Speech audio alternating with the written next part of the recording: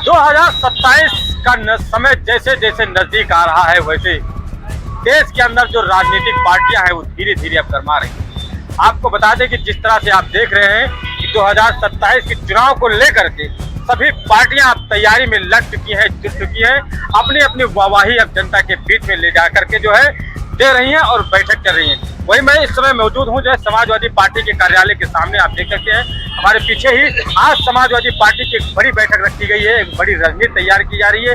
ये जिला कार्यकारिणी की बैठक थी, मासिक बैठक थी, और इस मासिक बैठक में जो है पूर्व विधायक बैजनाथ दुबे, विनोद शुक्ला और तमाम कार्यकर्ता जो है यहाँ पर मौजूद थे। बहनवन के पूर्व विधायक जो नमिता शुक्ला के पुत्र राहुल शुक्ला वो भी यहाँ पर मौजूद थे, और जिला अध्यक्ष यहाँ पर भी मौजूद हैं। तमाम कार्यकर्ता यहाँ पर मौजूद हैं, और जो 2027 के चुनाव को लेकर के क्या रणनीति इन लोगों ने तैयार की है, इस बैठक के क्या उद्देश्य था, आप लगातार हमारे साथ बने रहे। जनक्रांति न्यूज को आप देखते रहें। देखो भाई, हमारे प्रभारी जी जो विधानसभा कटरा बाजार के प्रभारी हैं, अफसर रिजवी साहब, वो आए हुए हैं और वो गांव में जा करके पता कर रहे हैं कि कौन मजबूत लड़ेगा और संगठन कितना मजबूत है कटरा बाजार में। फिर उन्हीं के हिसाब से, उन्हीं के मार्ग निर्देशन में 2027 का चुनाव लड़ा जाएगा। और निश्चित रूप से कटरा बाजार की जनता एकदम वर्तमान विधायक से ऊब चुकी है, उनके भ्रष्टाचार से, उनके जो है पिता पुत्र के लुटाई से सब जनता त्रस्त है। इसलिए निश्चित रूप से अब की 2027 में परिवर्तन सुनिश्चित है। भाजपा रामराज की बात करती है। भाजपा रामराज ही समाजवाद है, समाजवाद ही रामराज है। जो समाजवाद की अवधारणा है वही रामराज की अवधारणा है, जो रामराज की अवधारणा वही समाजवाद की अवधारणा है।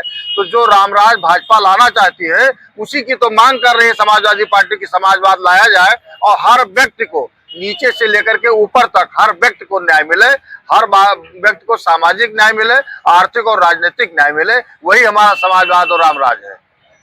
अभी प्रभारी जी ने कहा कि जो है संगठन बहुत मजबूत है और जो लोग जातीय समीकरण काफी मजबूत है। अभी आपने भी देखा होगा और सुना होगा कि जमुनिया बाग में एक मदरसे को लेकर के काफी वीडियो वायरल चल रहा है, चर्चा में है कि जिला अध्यक्ष ने अपने लेटर पैड पे अपने समुदाय की विद्यालय को बंद करवाने का पूरा काम किया है।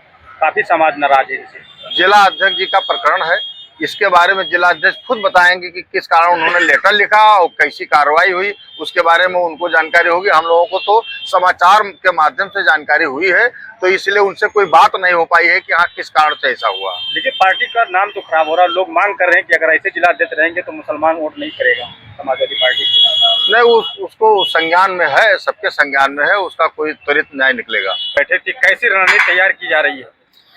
देखिए, समाजवादी पार्टी से हमारे जो जिला प्रभारी है वो आज आए हुए थे, और आज सभी फ्रंटल्स और सभी बूथों और सभी सेक्टरों, सभी ब्लॉकों के जो अध्यक्ष हैं उनकी बैठक थी। बैठक बहुत ही सकारात्मक रही। पार्टी के सभी कार्यकर्ताओं के अंदर ऊर्जा है, और 2027 में हम लोग माननीय अखिलेश यादव जी के नेतृत्व में समाजवादी पार्टी उत्तर प्रदेश में सरकार बनाए, और खासतौर पर गोंडा जनपद के 7 विधानसभा हम जीते। इसके लिए सारे कार्यकर्ताओं ने शपथ ली है और बहुत मजबूती के साथ अपने क्षेत्र में काम करने के लिए सब लोग अग्रसर हैं। यही आज की बैठक का मूल रूप रहा। 27 चुनाव का विजन क्या है? 27 चुनाव में उत्तर प्रदेश में हमारे माननीय अखिलेश यादव जी के नेतृत्व में सरकार बनेगी। गरीबों, शोषित, पिछड़ों, वंचितों, अगड़े समाज में जो पीछे रह गए हैं, जिनका शोषण होता रहा है, उन सब के लिए काम करने वाली सरकार जो समाजवादी पार्टी ने 2012 से 17 के बीच में करके दिखाया था, वो माननीय अखिलेश यादव जी के नेतृत्व में पुनः और ज़्यादा तीव्र गति से जो समाज में सबसे पीछे रह गए, कमजोर रह गए, गरीब रह गए, शोषित है, वंचित है, उनके लिए काम करना ही विजन है समाजवादी पार्टी का। जिस तरह से समाजवादी पार्टी ने एक मुस्लिम वोटर को देख करके जिला अध्यक्ष अरशद हुसैन को जनपद में बनाया, लेकिन देखा जा रहा है, आप सोशल मीडिया पे भी देखे होंगे कि जिला अध्यक्ष का काफी विरोध प्रदर्शन चल रहा है, समाज कर रहा है समाजवादी पार्टी पे मुसलमानों के का। इस पर आपकी क्या प्रतिक्रिया है? समाजवादी पार्टी का संगठन बहुत ही मजबूत है जिले में। जिला अध्यक्ष अपने आधार पर जितने कार्य बूथों पे, जितने लेवल पे विधानसभाओं में करना है, लोकसभा क्षेत्रों में करना है, वो कर रहे हैं। और छोटे छोटे विषय कहीं इधर उधर से अफवाह के रूप में लाए जाते हैं, ये भारतीय जनता पार्टी का एक प्रोपेगेंडा और षड्यंत्र है।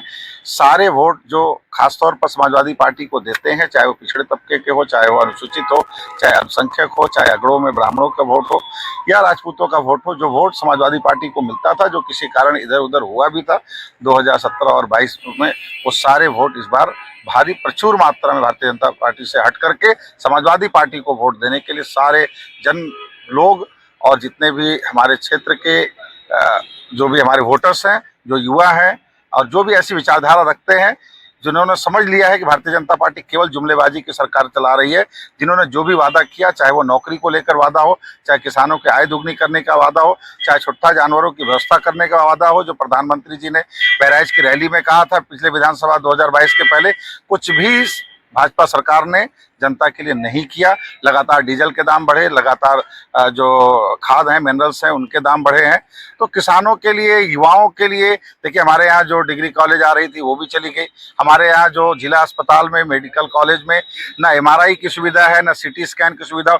वर्षों से, आप मीडिया बंधुओं से भी मेरी अपील है कि वर्षों से 40 लाख से ऊपर की जहां आबादी हो जिस जिले की, उस जिले में कोई भी व्यक्ति अगर घायल होता है, वो जिला अस्पताल पहुंचता है, उसको तुरंत रेफर कर दिया जाता है मेडिकल कॉलेज वहां के लिए, लखनऊ के लिए। आप सोचिए कि हमारे यहाँ से लखनऊ की 2.5 घंटे 3 घंटे की दूरी है, कोई भी दुर्घटना, एक्सीडेंट होती है, कैसे करके हमारे क्षेत्र के लोग बचेंगे। इसलिए ज़्यादा से ज़्यादा लोगों के प्राण सड़क दुर्घटना में जा रहे हैं, क्योंकि हमारे जिला अस्पताल में कोई भी व्यवस्था नहीं है किसी प्रकार। ऐसी कौन सी सरकार है जो कहती है कि हम सारा कार्य कर रहे हैं और कोई भी व्यक्ति पेट दर्द लेकर के भी जाता है तो तुरंत लखनऊ रेफर कर दिया जाता है? तो ऐसे जिले में कौन सा मेडिकल कॉलेज चलेगा और कौन से छात्र पढ़ेंगे? ये केवल जुमलेबाजी है भारतीय जनता पार्टी की। भारतीय जनता पार्टी कथनी और करनी में बहुत बड़ा अंतर रहा है। मैं भी भाजपा में रहा कई वर्षों तक, मैंने उसको सामने से देखा और समझा। कहते कुछ है और जब करने का समय आता है तो केवल रुपयों की बंदरबाट होती है, केवल ठेकेदारी की बंदरबाट होती है। यहाँ पर देश के प्रधानमंत्री नरेंद्र मोदी ने जो बेटी बचाओ बेटी पढ़ाओ की बात करते हैं, आपने भी देखा होगा और सुना भी होगा कि जनपद के जिलाध्यक्ष